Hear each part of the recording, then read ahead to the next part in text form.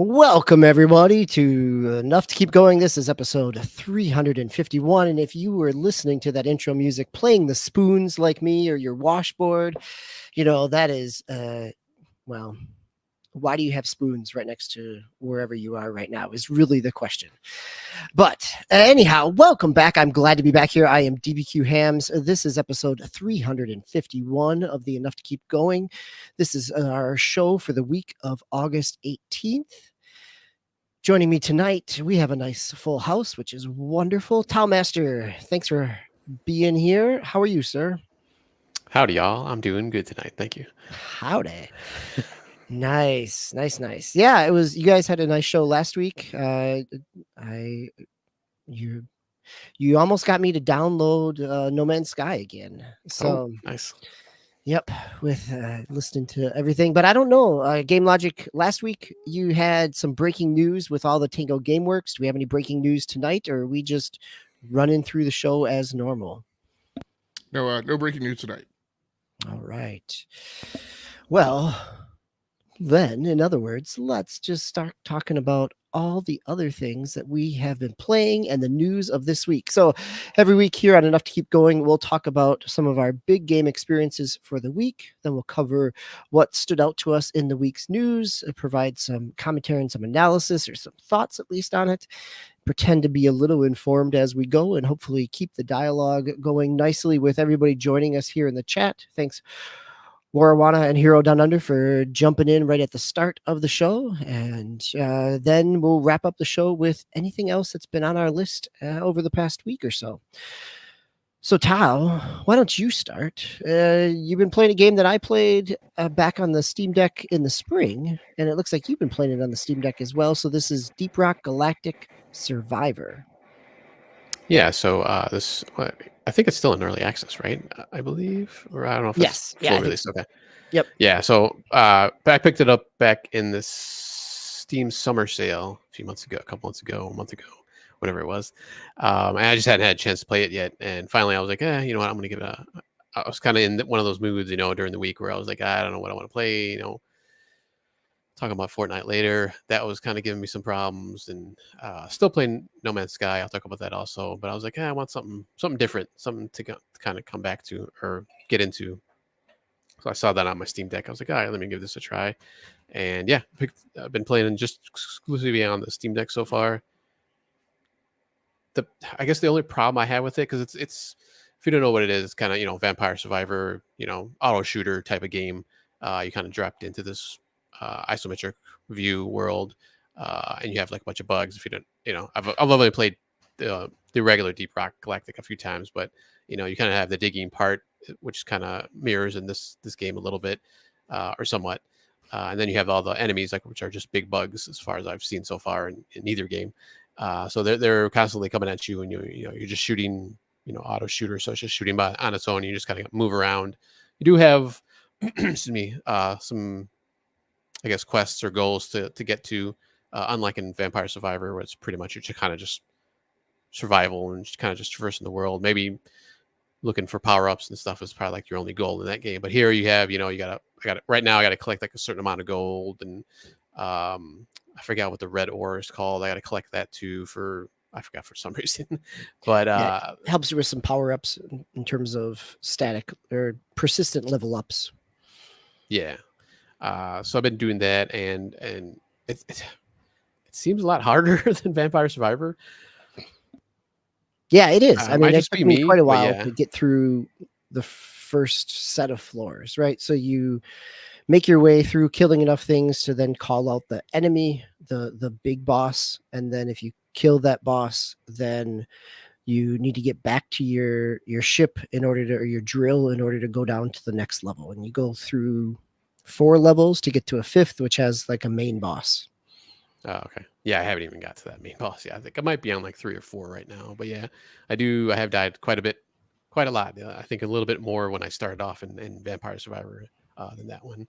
I think part of it too is like the digging mechanic. Like I'm not used to that part of it, because like in Vampire Survivor, it's just traversing the world, and you really can't do anything other than just kind of run around. But here you can you can't do the digging into some of the rock, or all of the rock, as far as I've seen. So I've been trying to do that a little bit more now, so I can kind of funnel the funnel the enemies, kind of the way I want to shoot them out, and get them, take them out. But then you get those swarms that come in and they kind of just attack you from all sides. So sometimes that's gotten me a few times. So it's a little hard, but I'm getting used to it. The one thing I have problem with, and it's probably just because of Steam Deck, because I'm an old man, but it's the font just for some of the things, for like the when you do level up, obviously, you get a chance to pick one of the power ups you can do. So it's like I'm kind of squinting. I don't know if I can adjust that font in the settings or not, but sometimes I'm kind of just like I gotta kind of stare at it for a little bit before I can. Yeah, it's pretty get going. small in that. Yep, it plays great on the Steam Deck, but yeah, Yeah. the font there as you're looking at what the weapons do or the power ups as you're having to choose as you go, it is. Yes, maybe we are both just old men, but yes, it does seem small to me as well. Okay, good. Well, No, I the don't only- want to. I don't want to like give everything or give certain things a pass, like because like we're older gamers, right? Like a few weeks ago, I commented on how in EA College Football 25, right, that the route markers on the play calling screen were actually like really pencil thin. And as I've gone back and played that game, I don't think that's just because I'm old, right? Because I mean they're pencil thin when I blow it up on a 43-inch screen and I'm playing at 2560 by 1440p. The other thing is I also realized now going back, after we talked about it, part of the problem is that I'm pretty sure I want to say like on Madden, and you're going to talk about that later tonight. I'm pretty sure that on Madden the actual icon for the pass runner routes are actually on the screen, but in college football they're not. They're just the pitches. So my point of this is like not a hyper specific thing about college football and Madden, but that about there are things in game implementation today that don't take into account all matters of HCD and UX design. And sometimes I think maybe because there's a conceit or there's a oh well players will get it or whatever, but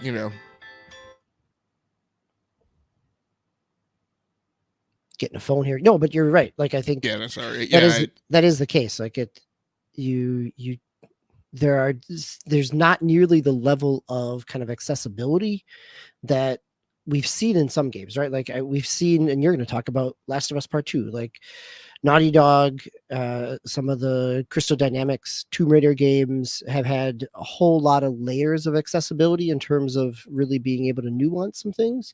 And then sometimes it feels like it is relatively bare bones. And I'm going to make another comment about another game tonight that's about color palette.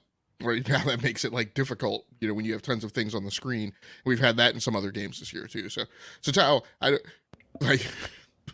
Yes, we're all old in our eyesight is not what it used to be, but I think a lot of these games are trying to like get by with stuff that could that warrants a good bit more attention too. I would say. Yeah, no, I have that too with MLB, where when I do my pitching mode or whatever, it's where it'll show like the glove, like where I'm assuming that's like the recommended place you're supposed to put it. But sometimes I totally miss it. I'm like, wait, where is it? Where did it go? And it's like I think it's part of because of the uniforms too. Sometimes kind of like blocks it a little bit, so it's like a little weird like that. But I've had those issues in other games. But I mean I'm on Steam Deck and obviously it's a smaller screen, so I mean it's going to happen too. I mean, it's early access. Hopefully they have that. Like I said, I don't know. Maybe there's some games I have turned it up, like No Man's Sky. I had to turn it up.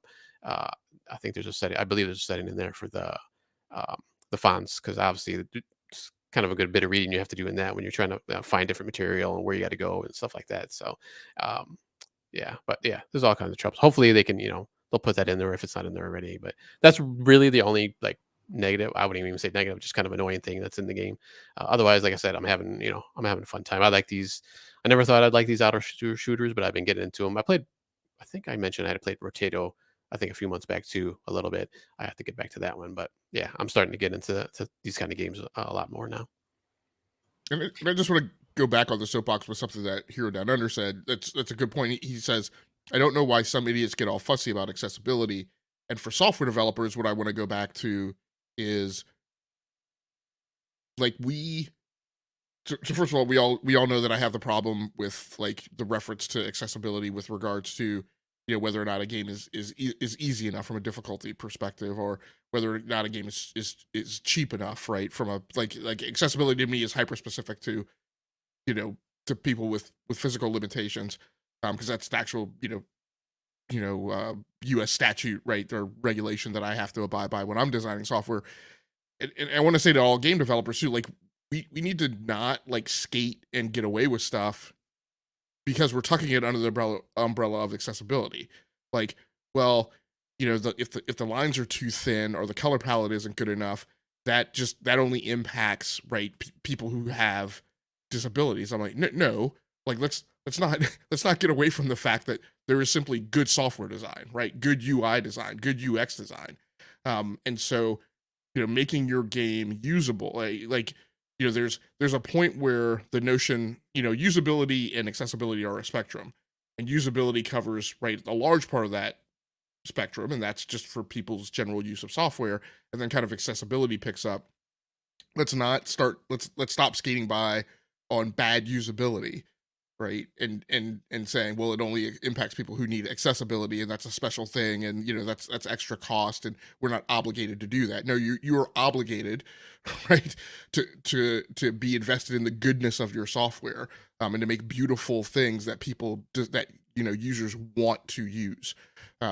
And so, overly small fonts and overly small pixel lines and bad color palettes, and going back to the time when we had all brown games, like that type of things, like those things are elements of bad design. Yeah, no, I think that really does. I mean, it's coming up with that standard and applying that standard. That's a very good point. And I think, as Wara says here in the chat and on the, that I think it is a challenge from a development side, right? Like as a player who may not need as much of that accessibility, are we feeling like resources are taken away, as Wara says about Forza Motorsports? But as if that is part of what they are trying to provide in terms of broadening the scope of that game, then that could have been on their planning board from the beginning or very early on. And that certainly, as you start to allocate resources, you think about what can't we do if we're going to spend investment in developing some of these things. So one thing I want to be clear on, because we had a couple soapbox statements there. So Tao, is your overall takeaway on the game positive? Yeah. Overall takeaway is definitely positive.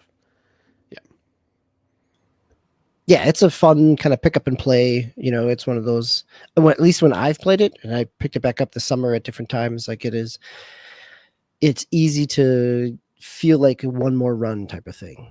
It hits that Vampire Survivor. And I think, as I talked about it back when I first started playing it, I don't know how you found it, Tao, but I find the ability to tunnel through the rock and to make different paths to kind of channel your enemies and the bugs in different ways adds a little layer of strategy to it that isn't necessarily always there in an auto shooter. Yeah, definitely, because in Vampire Survivor, they would just go through, like, there's walls that the player can't go through, but all the enemies would just come through anything and everything. So it's kind of nice you can funnel them like that. And the one thing I wanted to ask you about is there's this a part in there where in the level, like maybe halfway through it or so, where there's like a what they call it, some kind of beacon, or it's not a save point, but like a beacon they tell you to go get. Supply drop. Yeah. So if you don't get that in a certain time, you not, like, it doesn't do anything? Because I could have sworn there was a couple times where it took me a while to find it, and when I finally did, I was like nothing happened, like it didn't do anything. So it took me a little bit to figure it out as well, but the beacon has like a circle of area around it, like you see an outline, and you have to have everything clear. You have to have all rocks clear in that area.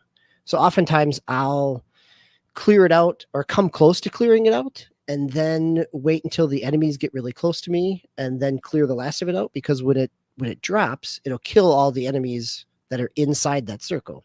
But you have to have a clear path for it to drop. So it doesn't necessarily, well, maybe it explained it. Maybe I clicked through it too fast, but it didn't explain that to me. And it took me a couple tries to kind of try to figure out why it wasn't dropping.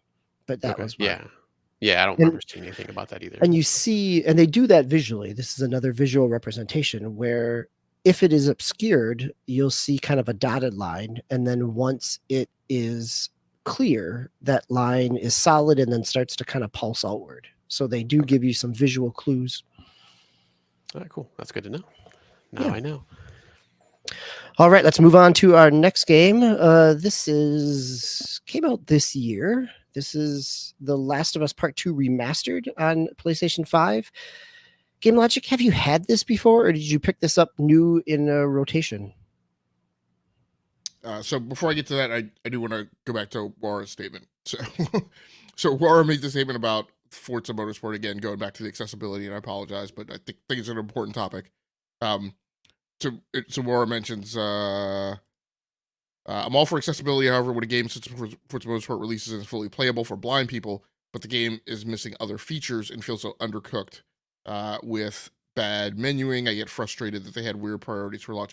So I think this is part of the kind of one of the weirdisms, right, in software development. And I've talked about this a lot on other shows, that like at a certain point, adding more people to work on an application doesn't really help, right? It can actually make things worse. By the same token, the maximum extent to which you're able to compartmentalize and atomize resources across a software application, including a compartment or a component or a microservice, is based on like the size of that service, right? So it's not by so at a certain point, it's not likely that the person working on the accessibility feature for, the car driving, being able to drive, meaning that it needs to follow a route, without a person who can take in all the visual inputs, taking that person off of that to put them on the menu UI doesn't necessarily help. And at a certain extent, right, starts to become like two separate problems.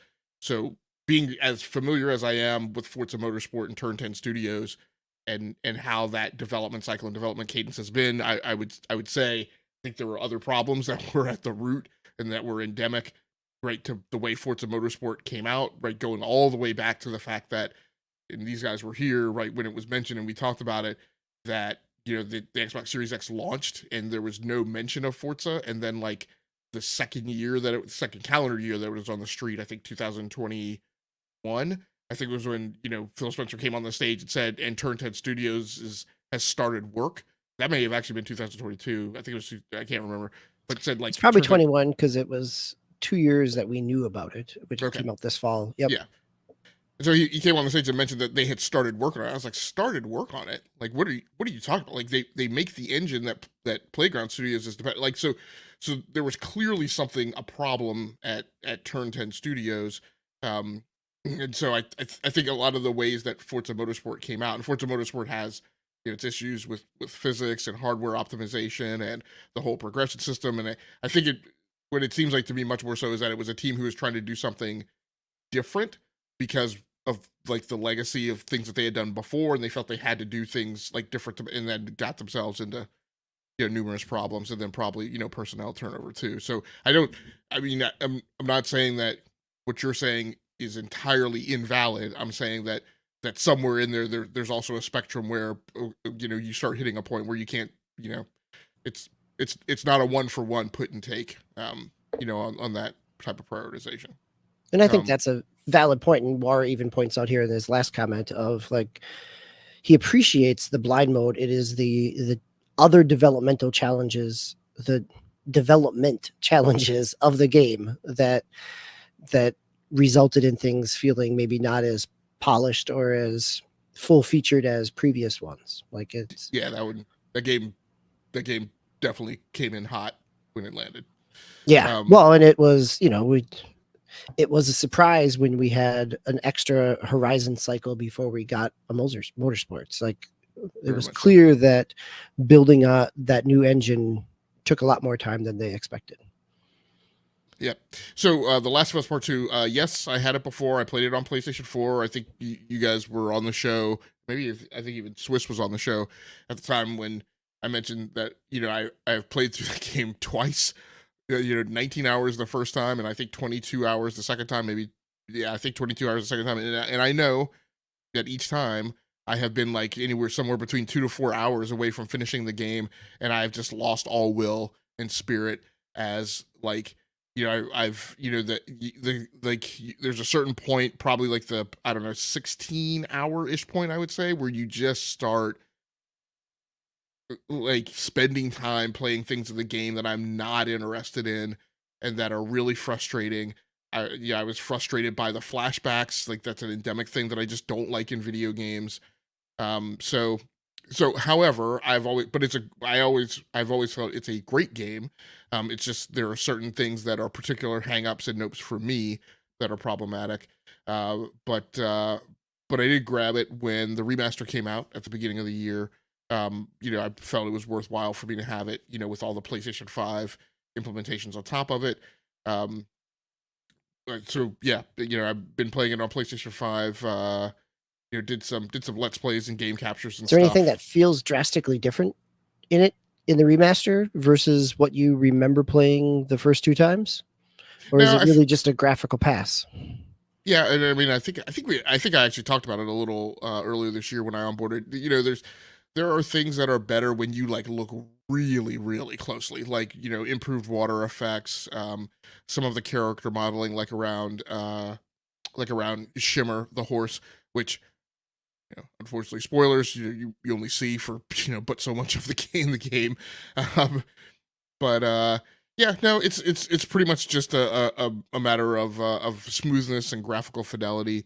It's not it's not a I don't think that it's like a huge upgrade. But if you're a person like me who just enjoys getting like the most out of whatever hardware set they have, and it's a game. I can't say that it's a game that I love. It is a game that I feel is important upon the landscape.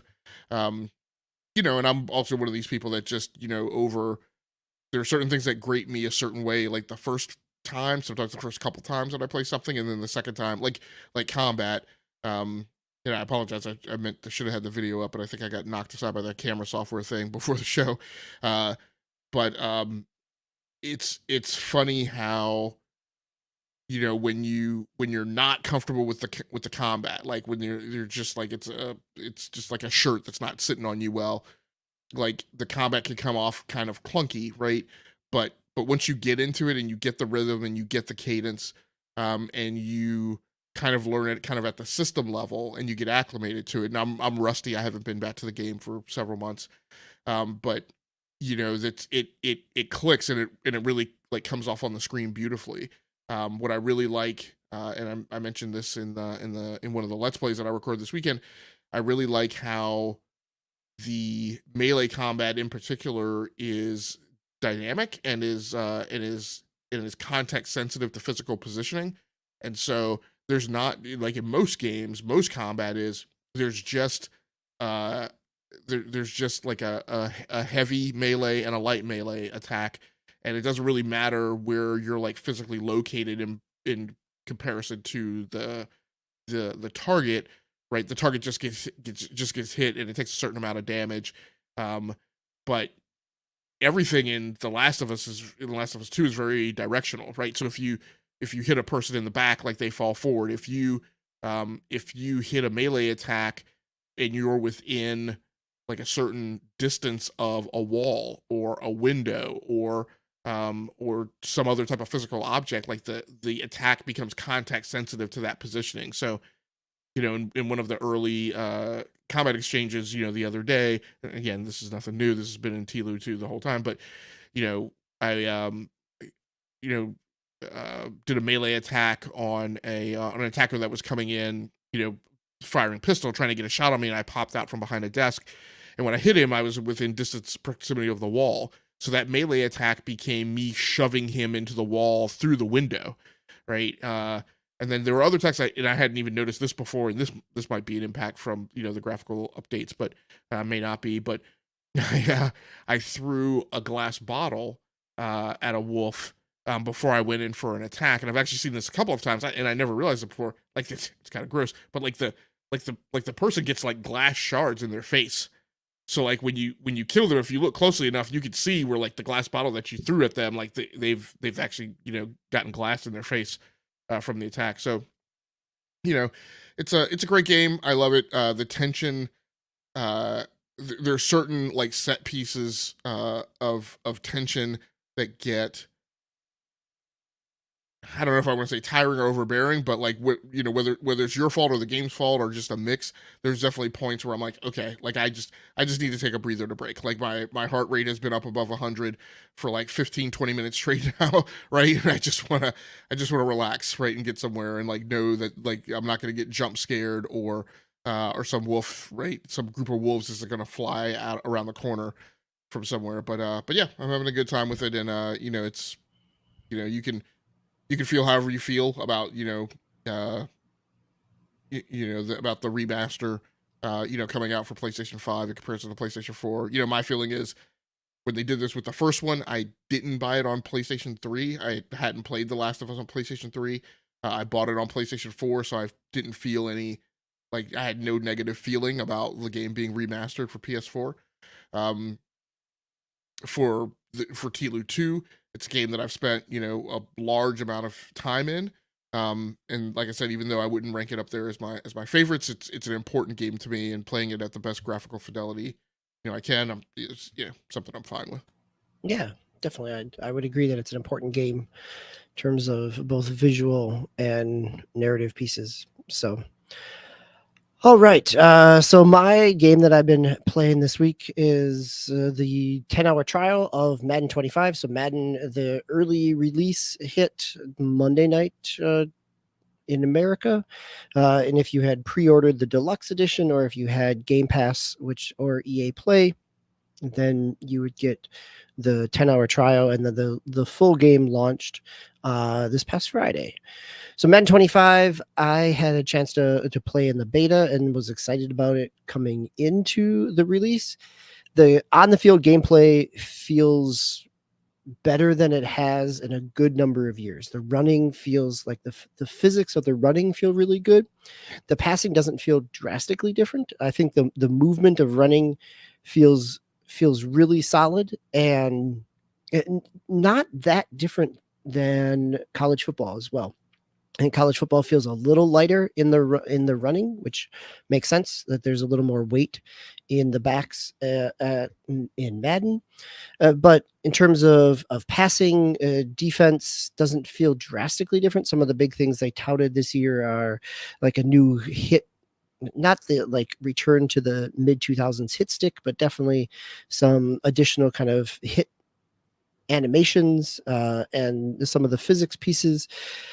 I've also found, I think I have still found some cheesy plays that the computer has a hard time defending. There's certain coverages that are still, this is early. There haven't been that many patches as college football continues to get patched. This is still the first week for Madden. So I'm not too worried about that. On the field gameplay, it feels really good. On the field gameplay stability is really solid as well. I can remember a couple years back complaining about Madden kind of flickering through things or dropping colors completely, and having kind of having a lot of graphical issues within the first week of launch. So bug wise, this feels better. In terms of general stability, the menus feel better. Last year, that was one of my initial complaints, is how much lag there was in the menus, and that got better over a series of patches, but that feels much better here. So in terms of kind of some of the tweaks from last year, it feels more polished. It feels good. Still plays like Madden. That's not a bad thing, but at this point, you probably know if you like it or not. The superstar mode you run through, you can choose a variety of offensive, quarterback, running back, wide receiver, and then you've got some defensive choices as well. You go through the combine, get drafted. They added some stuff for the draft this year in the superstar mode, which is really just a couple cutscenes of during the first round, a scanned image of Roger Goodell comes out to announce them. You see maybe either the the draft room of the team that selects you, or you sitting on your couch at home, depending on where you were potentially going to go, or sitting in the draft room. And so there's a little bit there, but it's pretty static. I've done like 2 drafts just to see if there was any difference and get a couple different images, but all of it is there's no voiceover, there's no sound to it. I mean, there's sound, but there's no voiceover, there's no announcement. It is just text. And that goes through the same thing with the superstar mode as you're meeting with your coaches, going in the team. And then the menus are pretty similar to last year. I think the superstar mode, or the player creator mode in college football feels deeper just because of you're doing some more things. But again, it pales in comparison to both Road to the Show and NBA 2K in terms of its depth, and also FIFA in terms of its depth, or Football Club. This is the first year with coaches that you can create a female coach. But I haven't seen it get kind of the same attention that you get with creating a female player in MLB The Show. Where MLB The Show, if you create a female player, there are specific lines of dialogue. Granted, this is a coach versus a player, but the historical significance of the first female coach, head coach of an NFL team, could be a storyline. They have updated and modified some storylines, but a lot of them feel recycled or similar to last year in the franchise mode. So I'm really enjoying playing the game. I also, and granted, I am somebody who plays Madden probably 5 days a week because I've been in leagues for the last 4 years. So it doesn't feel drastically different. It feels really good. If you've been away from it, it's going to feel really good. If you're ready for the next wave of American football, it's a solid Madden, right? It's more stable than the past years. The on-field is really good. But outside of that, I'm not noticing a real substantial amount of changes. And I guess it depends on what you're coming to Madden for. What about if you have been away for a while, but you onboarded with EA Sports College Football 25 first? I think if you've onboarded there, some of the new passing is the same as it is in, an option, right? You can always change your passing, but the same type of meter that is the default in college football is there. The new kick meter that was in college football is here as well. I think, the speed of the game at this point, college football still feels a little faster, but maybe the physics here in Madden feel a little weightier. Like the hits feel a little harder, and which makes sense, right? In terms of maybe not the speed part, but the physics feeling a little weightier is solid. I would say it's relatively easy to onboard to. I enjoy the franchise mode in Madden, but I don't know that it has the same level of depth that college football does. So if you're playing college football for the road to glory and all the other kind of management sim aspects of it, they are deeper in college football than I feel they are in Madden. But at the same time, if that depth is annoying you because you just want to play football, Madden is a solid game of football. I think I asked this question. Oh, sorry. I think I ask this question every year, but this is still on the old consoles too, right? The last generation. It is on the old consoles. I mean, all the features and the upgrades that I'm talking about are only on PC and current generation. Like the old consoles are very much in that what Madden used to do on PlayStation and PlayStation 2 is that they would give you a roster update with the previous engine and continue there. So yes, there is a release. It is not drastically new compared to what they're trying to put into the modern generation of releases. GameLogIQ, you were starting to say something?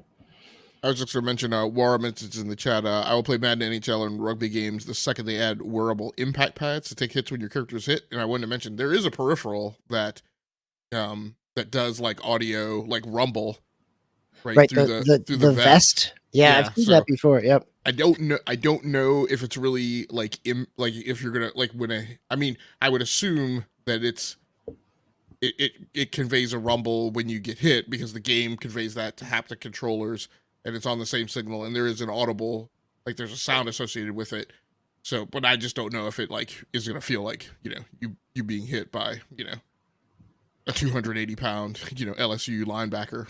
Yeah, probably not the same amount of concussion protocols that would happen with the vest. So, all right, let's move into our news stories for the week. GameLogIQ, why don't you stay on the mic and talk us through some prototypes coming out of Embracer? Yeah. Whether they ever see the light of day is a whole different question. Right. The story over on Tech Raptor by Joseph Allen. Several Lord of the Rings game prototypes in the works at Embracer. Embracer Group, the holding company that currently owns the rights to Lord of the Rings in the gaming world, has announced that it's currently prototyping several games set in Middle-earth. In its latest financial report, which covers the first quarter of 2024 from April to June, Embracer says that it's actively testing and prototyping multiple new game concepts that take place within the world. I'm going to say within the world of Middle-earth. Well, they said within the Middle-earth world. On the fly editorial on my part. So, they talk about immersive gameplay, authentic gameplay, a few other things. This is my concern is I feel like here we are right back to where we were all over again, right? And what I applauded THQ Nordic for when they came out of their earnings report, and there was, a noticeable difference. Like years ago, they came out and their big thing that they touted was that they had 77 projects in progress. A key problem, obviously, with Embracer is that they have done the same thing in the past. They've come out and, because they were the umbrella organization under which THQ sat, so they had THQ 77 games, and then they touted like some other, I think up to 100. Well, even now they say they have 127 projects that active. Like, again, here we go with the big problem. There are too many games, right? In the market has an inventory problem. We are putting too many eggs on the shelf, and there aren't enough people to buy eggs, right?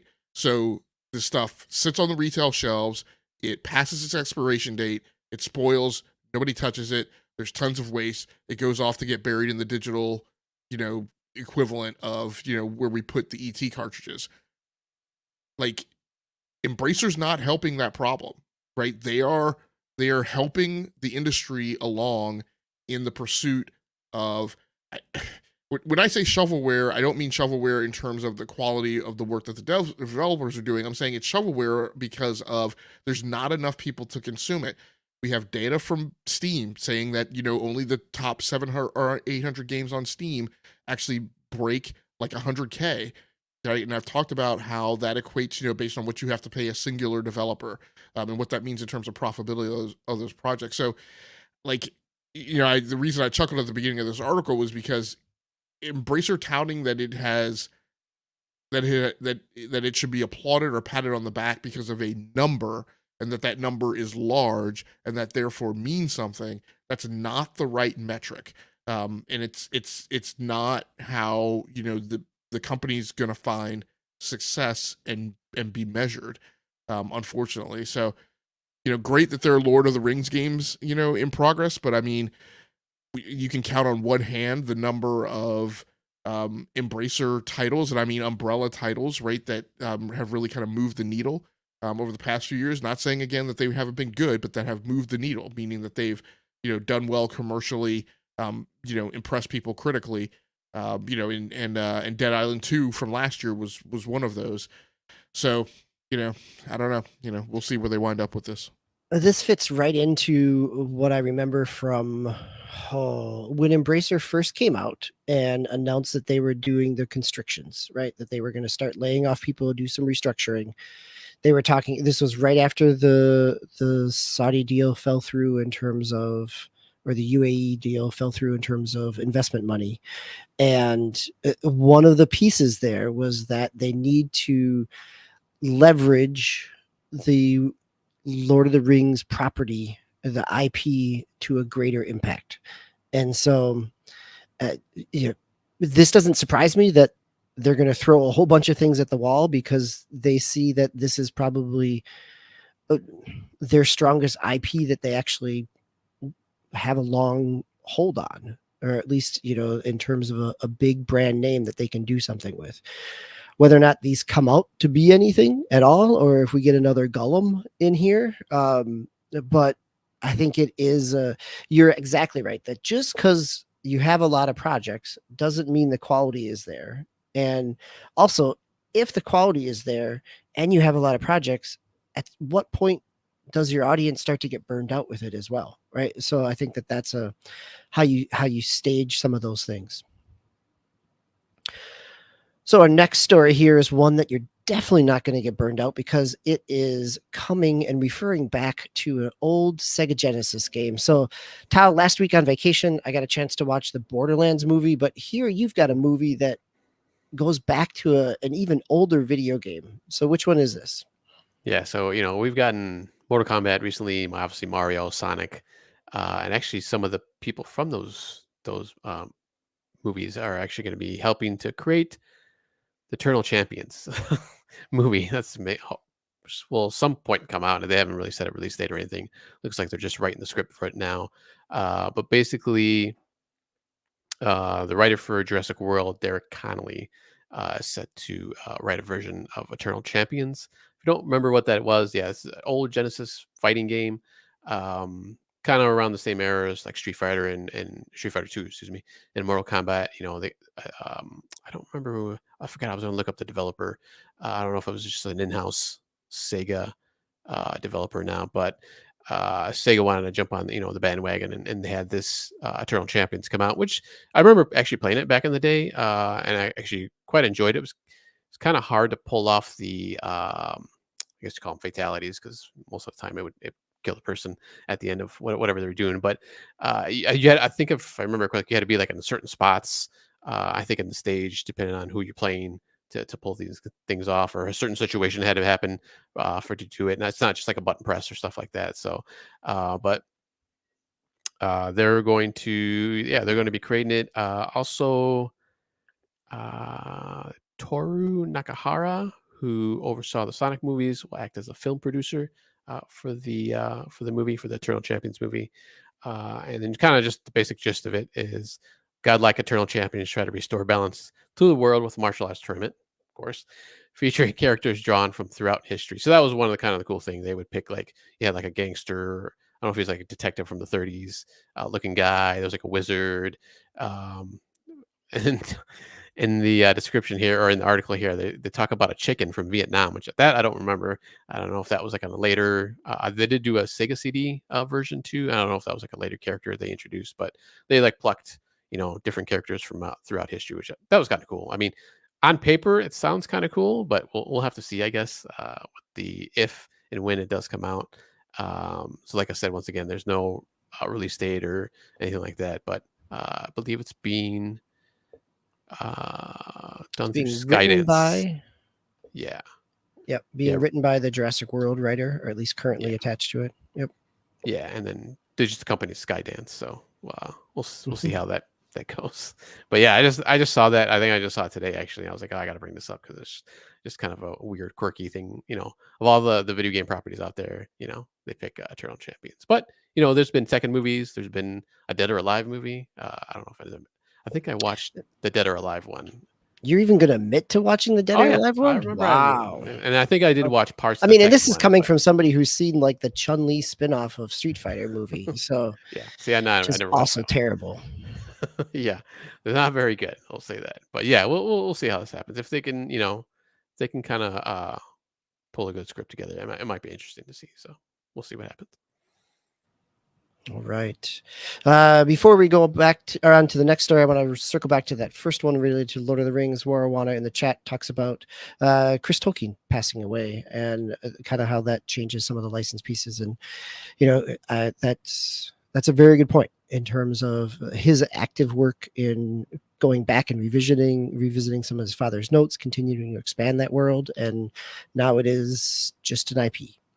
So before Yeah. we move on, I don't want to give Eternal Champions too short a shrift. Hey, we've got a Eternal Champion stand over here. Well, So I mean, like the textbook definition of so actually, and I think I've told this story before. Eternal Champions was actually the game that made me enjoy fighting games. Like I hated fighting games until Eternal Champions. I hated going to the arcade because I couldn't play them well. So I was always going to the arcade, always losing. You know, I was just miserable. And Eternal Champions was actually the first game. One of the things it mentions is the first fighting game at that point that was actually made from the ground up specifically for home consoles. And I feel like you could tell that when you played it. And I bought the game, I played the game, and finally in there, something clicked, and I was like, oh, fighting games are fun. Also an interesting quirk. I'm not sure. I can't remember exactly. First of all, I can't remember if this is true. I also can't remember exactly which way it worked. But I think so. One of probably the main character that people see on the cover is a black fighting character named Blade. Full name Jonathan Blade. He's actually Syrian. I am pretty sure that character, that image, is actually what a lot of the Marvel character Blade was based on. I'm pretty sure I remember reading that somewhere. So this game I think is important to the fighting game genre, but is particularly important to me. I think it was important. It was hugely important to Sega fans at the time, because Sega fans had Mortal Kombat, they had Street Fighter, but they didn't really have like a Sega game, because Virtual Fighter would be years down the road. They didn't really have a flagship title like associated with their console, to kind of call their own. And this was it. It was a game that I think is held in largely much greater regard than definitely the review scores it got at the time, which I think is also fine and okay, because again, people were comparing it to the only things that they knew, which was like Mortal Kombat and Street Fighter. But yeah, thoroughly enjoyable game. Loved playing it on the Genesis. I think again, huge and important and impactful to the fighting scene and to the Sega brand as well at the time. Yeah, I can remember it getting one. Thank you for that nostalgia trip. Right, I really appreciate. I mean, this is the beauty of. This is part of the reason why games can be so meaningful, is that we have an emotional, historic connection to certain things. I can remember the EGMs and Game Pros at the time when Eternal Champions coming out. Like, it was getting a lot of press. It was graphically, it was touted as being a pretty strong showing. It was also something, as you said, GameLogIQ, right? This is an original development. This was not a port of an arcade game, and so it could do things a little differently as well.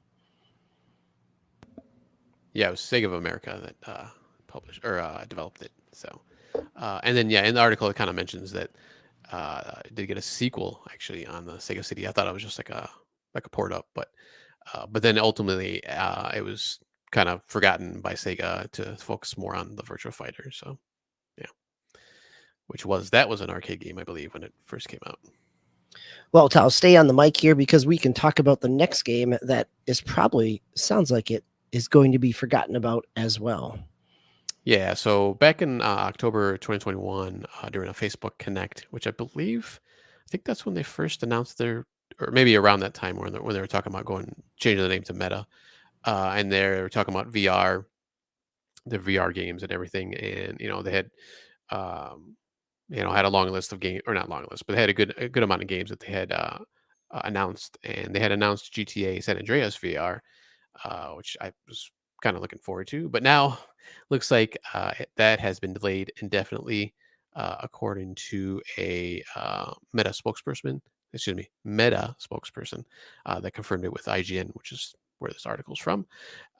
Said it's been put on hold indefinitely, and then also during a MetaQuest VR YouTube account, responding to another upcoming game called Behemoth.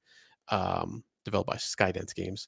They also said that it's been put on hold while both focus on other projects. So sounds like it's probably never coming out, unfortunately.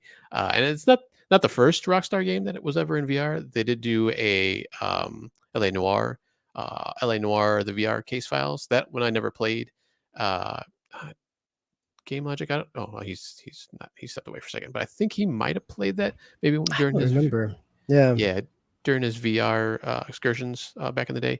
But yeah, so but unfortunately, this looks like this one's gonna probably never gonna come out. So and then kind of in the article too, they mentioned how Meta's losing a good amount of money, like billions of dollars, just in VR gaming itself. Yeah, they had what, like 4 billion that they lost, and yep.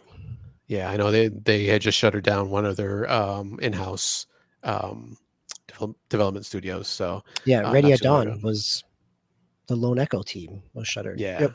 So yeah, fortunately, looks like we won't see it, but hopefully, maybe one day. Well, who knows? So wow, maybe if VR becomes super popular or something, but it's kind of getting smacked around lately. I think a little bit, but still some good games though I've been playing. So That's good. That's good. All right, GameLogic, you've got a couple hits here. So I'm really curious on what you're going to bring to the table related to Intel processors and financial reports, because 2 weeks ago when we had the down day in the stock market, both here and internationally, one of the factors in that was, it was tied, or it was segued right from the significant, tens of thousands of employee layoffs at Intel, and some other problems they've had there. So I'll let you take the mic and talk us through your next news story.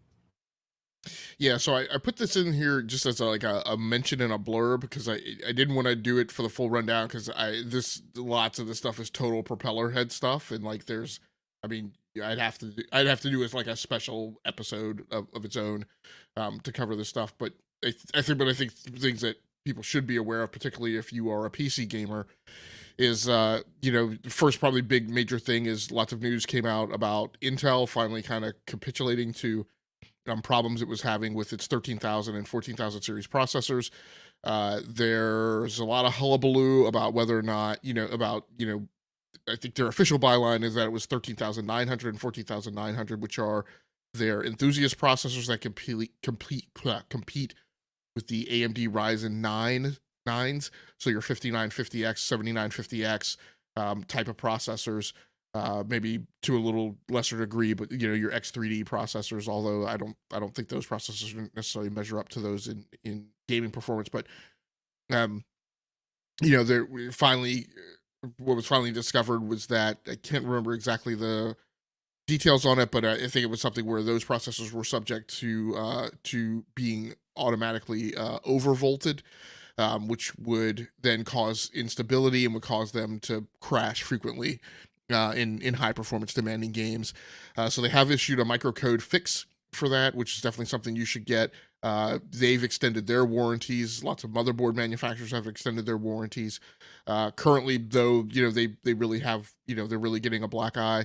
I think a lot of it stems from this may not just be the 13,900 series, in 14,900 processors. There have been people who have reported having problems with processors that were lower. There was, discussion of whether or not it was certain processors, like in a certain TDP band. And, of course, Intel has given us assurances that, any new processors that they're making now have these fixes applied. But,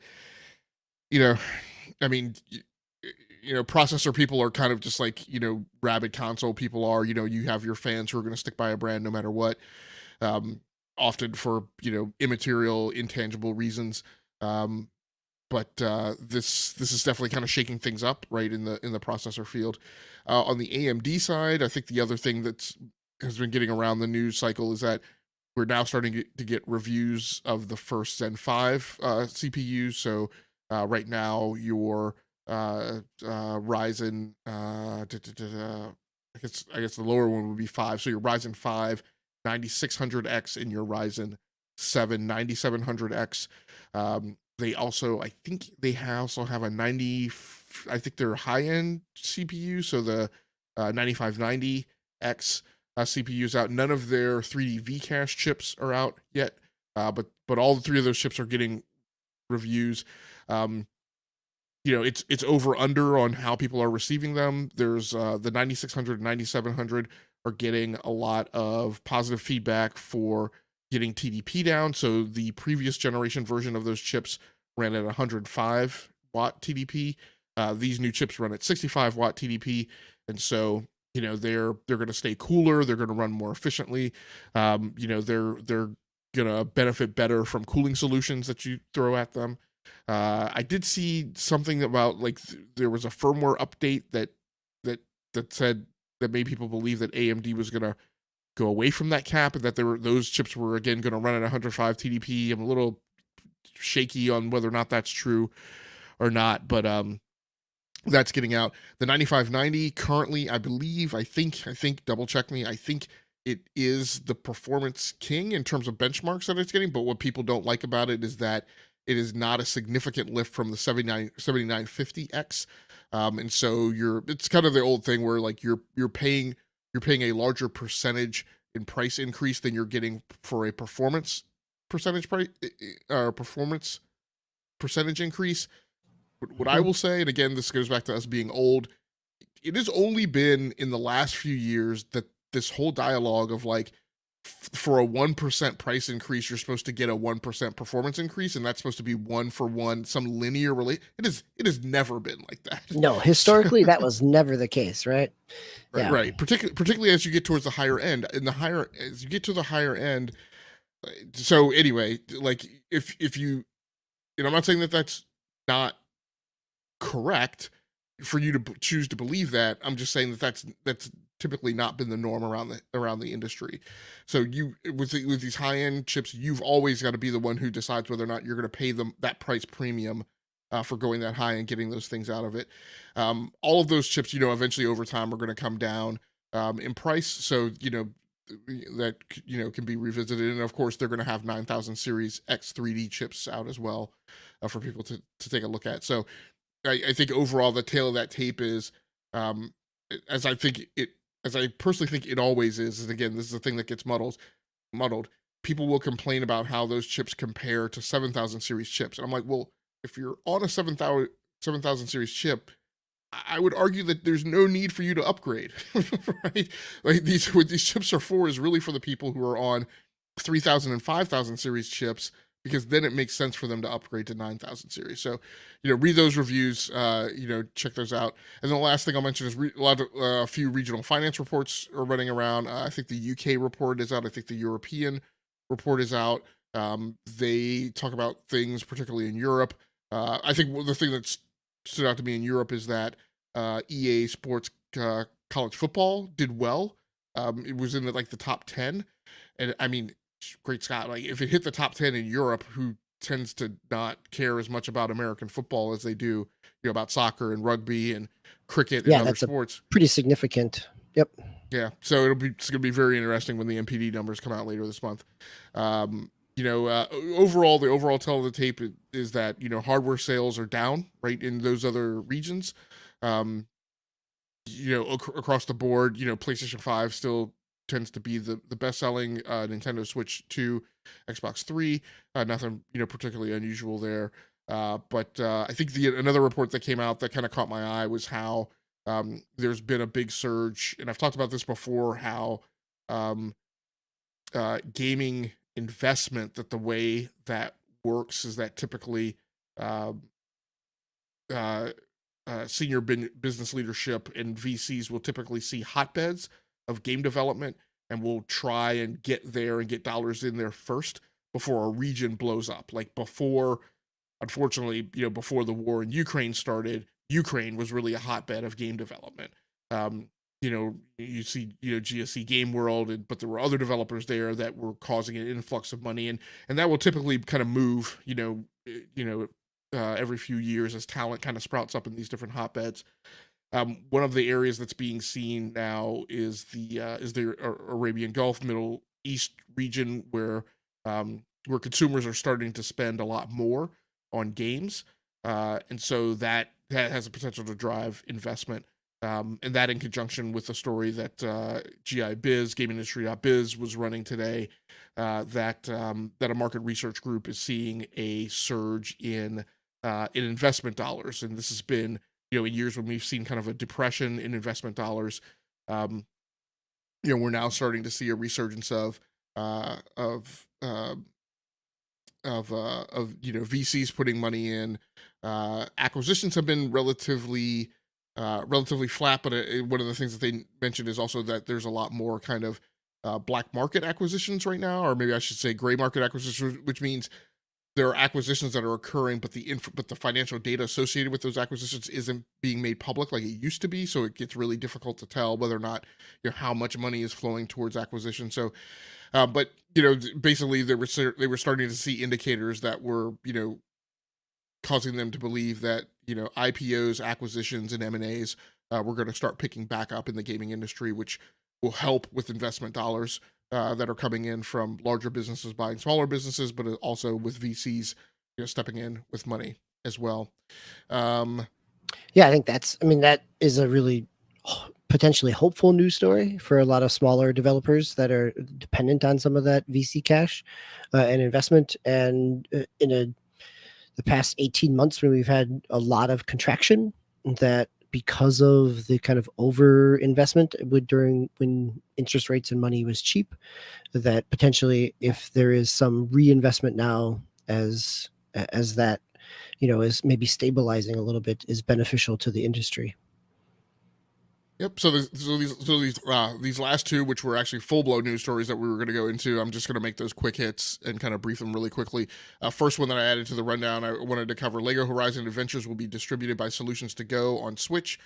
Lego Horizon Adventures is to be distributed by Canadian publisher and video game distributor Solutions to Go on Switch. The company announced today.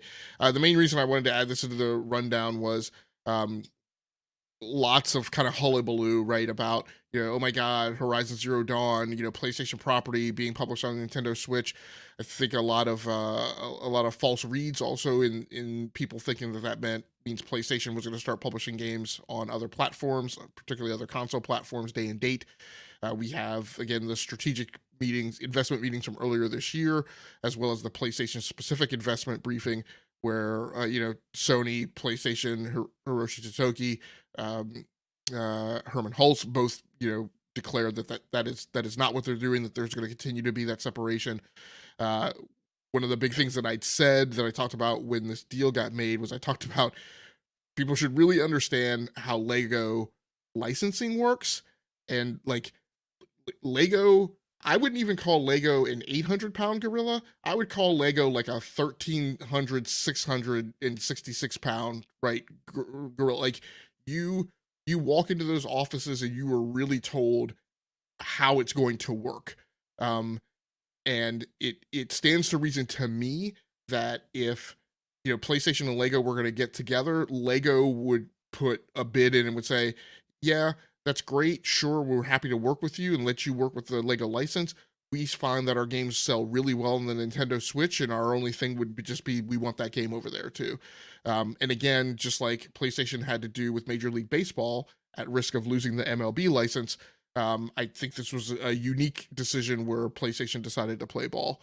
And here we see, right, the publishing rights for putting that game on Nintendo Switch going somewhere else, and it's not going to be a Sony published game on the Nintendo Switch, just like MLB is not published on Xbox by PlayStation. It's published by the owners of the MLB MLB IP games and license. Yep. Yeah. Yep. No, I think your comparison there with the MLB and the show is the most apt one. That's exactly what I was thinking about as well. Is that this is a Lego game more than it is a Sony first party game. Exactly. Yeah. Just like it is an MLB game, even if it is made by a Sony first party studio. Right. And the last thing, I just put this one in the rundown. Skull and Bones Into the Dragon's Wake kicks off a new season on August 22nd. That story over on Massively OP Gaming. And the only reason I put it in the rundown was to mention, hey, all this Sturm and Drang about, Skull and Bones was never going to come out. It wasn't going to be supported. It wasn't going to have enough players. I personally still, from the metrics I see, don't think it has.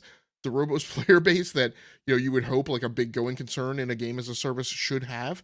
But again, this is the Ubisoft factor, right? Of the things of the plays that they back and the investment money they spend. Apparently, however small those numbers are, they're doing the minimum that Ubisoft needs it to do, and so they're continuing to invest money on it. And for players of that game, just want to give you a heads up that you got new content coming in once again. Yeah, this is a great example of the Ubisoft long tail in terms of still coming out with updates and seasons and things. Speaking of seasons, as we move into our third segment here, this week is the new season of Fortnite with some Marvel characters or some Marvel skins with a couple of different attacks and features. Tao, you've got Fortnite as your game that you've been playing here in the rundown. Have you been playing the new season? Or is that what brought you back, or is this just a regular rotation because, as you always do with Fortnite, it's just part of your gaming life? It's part of my gaming being. Fortnite and Rocket League. I think I've mentioned that in the past. That's pretty much staples. But yeah, I wanted to mention it because it is another Marvel themed season. It's called Absolute Doom. So Doom's kind of the villain. Well, he is a villain, the villain of this season. But I just wanted to mention because I was kind of talking about it earlier that I was having some issues, and it's boy, I don't know if they like turned off skill-based matchmaking or what's going on. But yeah, I've just been having a hard time just getting a win. Like, and I'm playing with randoms. Like I have some people that I play with sometimes. I haven't had a chance to play with them yet, and maybe once I do that, I'll start getting some wins. But even when I was playing with randoms in past seasons, at least one win, like a play session, sometimes even 2 or 3. But it's just been kind of struggling playing with randoms, and I usually do trios for the most part. Sometimes I'll dip into duos or squads or just 4 players. And even so, I'll jump into solos usually just to do quests and stuff and, get XP for my season. But for the majority of the part, I'll play trios, which is a good happy medium for me. But yeah, it's just been a real big struggle for me these past few days. Just started Friday, I believe, late Thursday night maybe. And yeah, it's just I don't know. The new what they're called medallions now, but basically just power ups that you get. They used to be like mythic. I think they're the mythic rarity.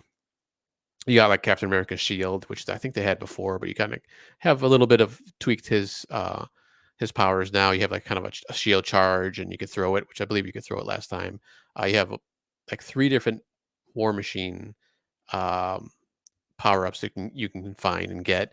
Kind of a lock on laser that kind of shoots like every like few seconds. It doesn't do like a whole lot of damage, but enough that if you keep on the person or on the enemy, you're gonna wear them down. And then like a jetpack, which they've had jetpacks before in the game, so kind of a cool thing. I think those are the only 2 right now: the War Machine and the Captain America. Looks like. Oh, and then they have Doctor Doom's gauntlets. Basically, just shoots out like you can kind of just do like a fast, almost like a Dragon Ball Z, like fireballs at your enemy, or like a big not like a solid blast, but like a just big energy ball, basically that you could shoot down at them. So they have those right now. I'm assuming they'll probably go through other ones. They usually kind of either trade in stuff or add new stuff, as the season progresses. But those are the 3 that they have in there right now. So, and that War Machine, like if you have all 3 of those, like that's pretty. It seems pretty overpowered because you kind of have like a lock on. Yeah, they have gauntlets too for War Machine, which once again is kind of just like one of the powers is like a machine gun firing that you fire at them. But then there's like a kind of like a lock on missile, which is pretty much like as long as you can see the person, you're going to hit them. You're pretty much going to hit them. So you can pretty much take out somebody pretty quick with those 2. So yeah, that might be part of it too. And as far as I can tell, like there's nothing to counter that. Like even Captain America's shield, like you can block with it, with regular, firing, machine gun fire and stuff. But when they have that War Machine thing, it didn't seem like it was, it blocked it at all. So I'm sure they'll do tweaks, and they always do that. I think within that first week, they probably see how, they have the metrics in the background of how all the weapons and stuff are doing, and they always do the tweaks. So just made me wait for that first update, and maybe I can start getting some wins. But yeah, that was the only reason I wanted to kind of bring it up. Nice. Yeah, that trailer looked, I mean, the skins and the powers looked pretty good. We also see the new Black Panther Shuri, right? Yep. And in Yeah, the White trailer. Queen, which they never had before. And Mhm. then they kind of do like a mix of like Fortnite and Marvel characters. They have like Jonesy's like kind of the main character of Fortnite. He's got like the Captain America shield and outfit. Peely's One got of Wolverine. Peter's got Wolverine. There's Meowscles who's Sabretooth, which is actually pretty funny, kind of funny there. But yeah, stuff like that. Yeah, no, it seems like a good kind of fun. I was talking to my son who's been playing it this week as well, and he was talking about the War Machine and the multiple different spots there, or the multiple different power ups there. Yeah. Yep. GameLogIQ. Speaking of war, Operation Polygon Storm. So this came out last week on the 12th. I've never heard of it. How did it show up on your radar, and how are you enjoying it?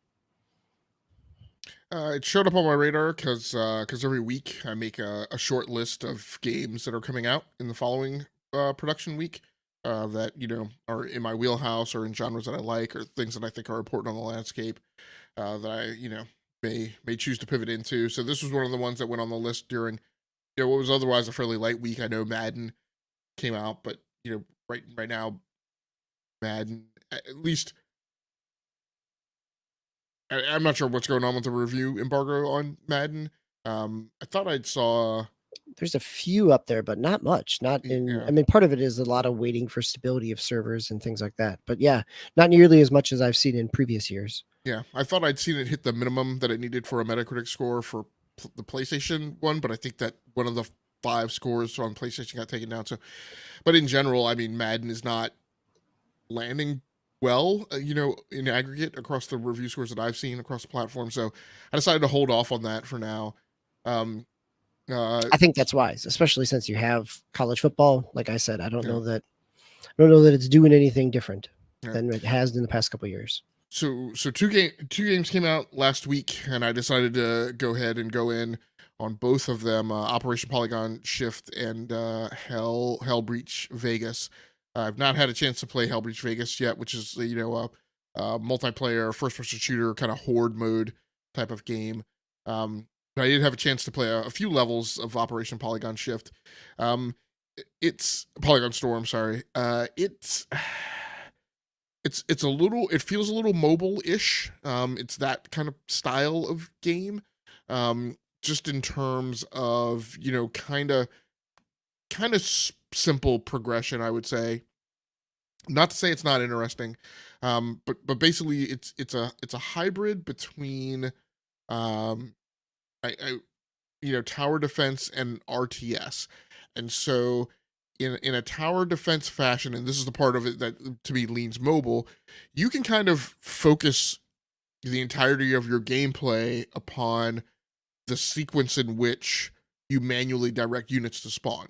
And so there's a little bit of a kind of company of heroes element to it, in that like as you're playing the game, for each kill I think it's for each kill you accumulate a certain amount of money, and then as you accumulate money, you can then spend that money to spawn new units. So there's kind of this constant seesawing thing that's going on as you expend money, you get a unit, but then units die. So now now you have a number of units below your cap that you can replenish. But of course, in order to replenish them, you actually have to have earned more money. So it's kind of this, like I said, it's this back and forth kind of seesawing dynamic that's largely kind of a math problem, right? And that's where it gets into a little bit of kind of the tower defense type of loop, where you placing the additional towers that you need to contend with the different types of enemies that are coming on the screen are entirely dependent upon you accumulating money right at a certain rate. And then you expend that cash when you put a tower down. Maybe that tower helps you, maybe it doesn't. So you kind of have that same thing on the battlefield. So that's a little bit where it just feels like this kind of mobile type of game. Now, what the developers emphasize is that it's not a heavy micromanagement type of game, and so you spawn those units. They will make their way across the screen and will act relatively independently. But certain things they can't do, like they have no like radar warning, so they can't tell when somebody's about to drop a bomb on them. You can, because you're observing the battlefield from kind of like this typical RTS strategy God view type thing. And so you can actually go in and take individual control of them and say, like, move them out of the vicinity of a bomb that's about to crash. You can give them pretty simple directions like, hey, everybody take cover. Hey, everybody attack. Where the game falls short a little bit for me is in what I mentioned, earlier in the show, which is this whole part, falling down in the crevice between usability and accessibility. The color palette is really bland. When the units spawn, they don't have any type of marker around them. So as they're moving, so at any one point in time, when you kind of look up from clicking at the bottom of the screen where the menu spawning tiles are, you look up and like you can't tell in a single snapshot in a matter of 2 seconds where all of your units are, because they're all kind of brown and drab, and they're also moving across the map taking cover.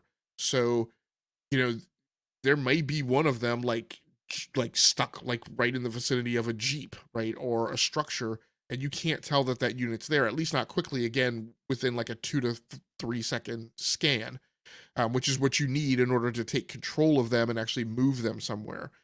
So one of the things that I may write this up and send it to the developers, because they've been asking for feedback, is I'm like, guys, it would be really good if you would, take spawn all units with a green hex right around them.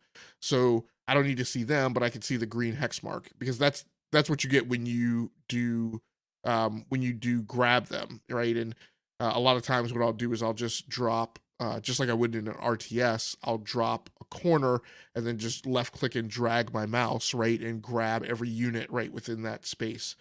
But it would be good if they just had that green hex around them all the time. And then when you grab control of them, you could brighten that hex, or you could change it to red or change it to a different color or whatever. So, and I think the other criticism I would give is, as levels get more difficult, you will kind of get into this grind right within a match where it's just constant back and forth like between you and the enemy forces, like eking out like meters of battlefield space, of a fob, basically moving back across a very small increment of space, and that can go on for 10 minutes, of like neither side really gaining huge advantage right in advancing. But the whole point of this is, it's kind of like I said, it's tower defense, but it's kind of tower defense flipped. Like it's less you building defenses and having that take down waves. Now kind of you're the waves coming through, because each team has towers at either end and its flag, and so the towers provide defense for advancing troops. But it's like, but again, like you're now the advancing troops, right, that are coming in waves across the map, and you're trying to get to the other end and occupy the enemy territory long enough to the little animation it does is it lowers their flag and raises yours. So, but all in all, it's still a fairly enjoyable game. It's low res, it's polygons, I have tons of fun playing it, but then I'm like, okay, well, why am I throwing like an RTX 4080 at this right to play it? So, but it's probably plays super well on Steam Deck, or should, if it's compatible, if it's verified. Probably would be something also that would play fine, on a laptop. Probably doesn't even, I don't even know if it requires like a dedicated GPU. It might play fine on an integrated GPU, but it's fun enough. And I think the game's only like $12 or something. It was on sale. So yeah, having a good time with it. Neat. Thanks. Tal, last week you talked a little bit about No Man's Sky. It looks like you're still playing a little bit about that. Any quick updates there? Yeah, I real quick before, just a quick question on the Polygon Storm. That's a full release, right? It's not early access. Okay, just want to make sure, because I was reading some of the reviews and stuff, and it seemed like it was pretty short. Like get through the campaign in pretty quick amount of time. So yeah, I think it's only like, I'm pretty sure it's only supposed to be 8 hours. But again, that's if you like I've started experimenting with tactics. Like it was really difficult for me to tell. Like I was like, are you supposed to grind at each of these missions for like 20 minutes? Like but there's some more manual intervention that you can do. But I think I think at the time I looked at it, I don't think there was a how long to beat on the street. I suspect that it's probably like 8 hours, right, to get through. I think there's in the single player campaign, there's 9 to 12 missions, maybe as many as 15. Um, but yeah, I think what it was is I think the game was out in early access before, and then it just basically like rolled over and like went live full access on whatever day it was last week. Oh, okay. Can you play online against other people, or is it just single player? I Do you know? believe it is just single player. Okay, just wondering. Kind of seems like you can be a good, multiplayer game. Yeah. So yeah, still plugging away at No Man's Sky on my Steam Deck. I've started to build my nanite and money farms basically. So you kind of build. Well, I'm kind of doing it an old way. I was looking at some videos throughout the week, and I was like, oh man, I don't want to.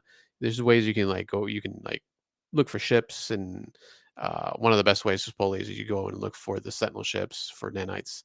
You look for those, you find them, and then you just sell them. And then you get the parts, and you sell those parts. So, or break down the ship, and then you sell the parts. But like the one guy, I was like, oh yeah, it took me half hour, and I was able to find like 4 or 5 ships. So like, it took me half hour, and I found one. So I was like, must be doing something wrong. Maybe I'm on the wrong planet or something like that. Because you got to there's kind of a convoluted way you start off doing it. So um, I was having problems finding one of the parts that I needed. So I was just like, I'm gonna go back to the old way I used to do it, which is basically you farm, which is kind of convoluted too, the initial setup, but at least I know it works. So you farm silver and gold, you make that into platinum, and then you make that platinum into nanites. So that's what I started doing. And I just started the I started the silver farm, and I just started the gold farm, and then I was doing some more just research on like how to make money. A good way to make money, and I guess selling off the gold is another good way to make money. So I'll have to like expand that farm out a little bit more than I had before. So just so I can make money. But uh, another thing I was also doing is I was actually looking just for regular ships, just to kind of sell off and or break down and sell off those parts for just money too. That's another kind of good way you could do it. A lot of times you just find like C class and B class ships, which it doesn't give you a whole lot, but I've already made like 22 million, so it's pretty good. Compared once again to some of the other ways they say it's, oh hey, go look for these. I forgot what it's called. It's like rare um, artifacts or something like that. But once again, you have to kind of go to a planet, and you have to kind of fly around it, and look for these things, and sometimes they're not there, so it's not guaranteed they're on every planet. But yeah, I'm going through and doing that, and just going back, and I'll go back and kind of do the ship thing, and I want to kind of look for eventually kind of the more I think like the highest rarity is like exotic, and I had a couple of those, or a few of those actually, on my Xbox playthrough. So I want to kind of go through and find those too, because there's some kind of cool looking ships there. Same thing with the sentinel ships, there's some cool looking sentinel ships that I saw, so eventually I'll try to do that. So but for now I'm just going through and starting my money and nanite farm, so I can start doing all these other things that I want to do. But yeah, just having a good time on Steam Deck. Nice. Yeah. GameLogIQ, thanks for grabbing Wara's message here around the Reddit No Man's Sky sub and the community there in terms of for those that are listening to this rather than viewing it. Wara says they tricked a journalist, the users on the No Man's Sky Reddit tricked a journalist into posting an article made up of info regarding a secret boss that the users worked together to pretend that was real, which is, yeah, right. That's, I think that again speaks to the strength of that community and how long it's been going on in terms of that game and the various updates that they continue to push out. And as you guys talked about it last week, the continued support for it, the variety of content that still come in, the changes over time, and even as they're working on a new game, that they're using some of that tech to come back in and support No Man's Sky with. So, all right, GameLogIQ, why don't you take us out with your last game here as we're coming close to our time?